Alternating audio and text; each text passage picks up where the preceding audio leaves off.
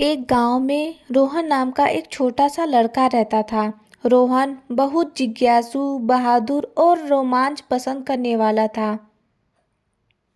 उसे अपने गांव की सुंदर चमकती हुई झील सबसे ज्यादा पसंद थी।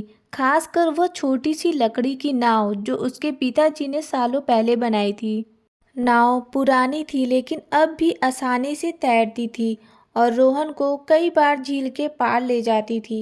एक सुबह रोहन ने सोचा कि वह आज अपनी नाव लेकर झील के उस पार जाएगा। वह पहले कभी उधर नहीं गया था और वहाँ की दुनिया देखने के लिए बहुत ही उत्साहित था। उसने कुछ नाश्ता लिया, अपनी टोपी पहनी और झील के पार निकल पड़ा। जैसे ही वह नाव खेता हुआ झील के बीच में पहुंचा, उसने देखा कि पानी के नीचे रंग बिरंगी मछलियां तैर रही हैं, बत्तखें खेल रही हैं और एक कछुआ भी उसे देखता हुआ दिखाई दिया। ठंडी हवा और शांत पानी में उसे ऐसा लग रहा था जैसे वह नीले कांच पर तैर रहा हो। झील के उस पार पहुंचकर रोहन ने देखा कि वहां एक छोटा सा टापू था। टापू पर ऊंचे ऊंचे पेड़ और रंग बिरंगे फूल खिले हुए थे जो उसने पहले कभी नहीं देखे थे। उत्सुक होकर वह नाव से उतरा और टापू पर घूमने लगा। चलते चलते उसे एक हल्की सी आवाज सुनाई दी। उसने देखा कि एक छोटा पक्षी झाड़ी में फंसा हुआ था। रोहन ने बड़ी सावधानी से उसे बाहर निकाला। छोटा पक्षी खुश होकर चहचहाया और उड़ गया।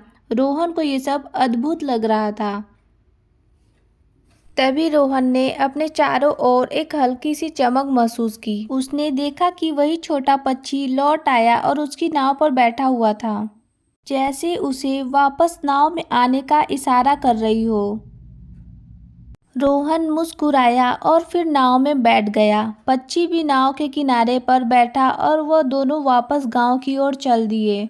पक्षी ने रोहन को अद्भुत शक्ति दी जिससे रोहन भी पक्षी बनकर झील के ऊपर उड़ के नज़ारा देख सकता था। जब रोहन गांव पहुंचा तो उसने पक्षी बनकर गांव वालों को दिखाया। गांव के लोग ये देखकर आश्चर्यचकित थे, पर रोहन इससे बहुत खुश था। रोहन ने गांव वालों से बताया कि उसे ये अद्भुत शक्ति उस पक्षी से मिली जो झील के उस पार स्थित टापू में रहती है। गांव वाले समझ गए कि रोहन जरूर ही उस जादुई टापू पर गया था जहां पर वो जादुई पक्षी रहती है और उसने रोहन को जादुई शक्ति दी। रोहन और पक्षी अच्छे दोस्त बन गए। ये देखकर गांव वाले भी बहुत खुश हुए। गांव के लोगों ने रोहन से बताया कि वो जादुई टापू और जादुई पक्षी केवल उन्हीं लोग को दिखती है जिसके दिल में दया और साहस होती है।